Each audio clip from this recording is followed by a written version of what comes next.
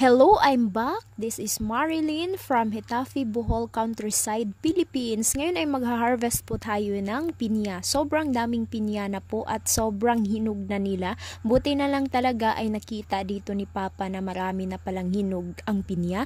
Kasi kapag hindi ay mauunahan po talaga tayo ng mga like yung rats, ganon. Sila yung unang magha-harvest at kakainin talaga yan nila. Buti na lang naabutan pa namin at ayan kinukuha na namin at hinarvest na. Marami-rami din pala kasi napuno nga yung balde na dala-dala namin ng aking kapatid. So ayun, pagkatapos ay nagbunot na po ako dito ng isang niyog para pagkatapo namin sa aming Aduna sa ko'y mga nagakita sa comment section nga gusto lagi ko nun nilang magsugod sa pag-vlog kaso nga lang kay mauwaw lagi ko na sila. Kanira gid akong ikaingon sa inyo ayaw gyud mo pag-uwaw. Ang importante wala tanang hilabot bitaw sa ilaha o wala tayong apakan nga tao dili.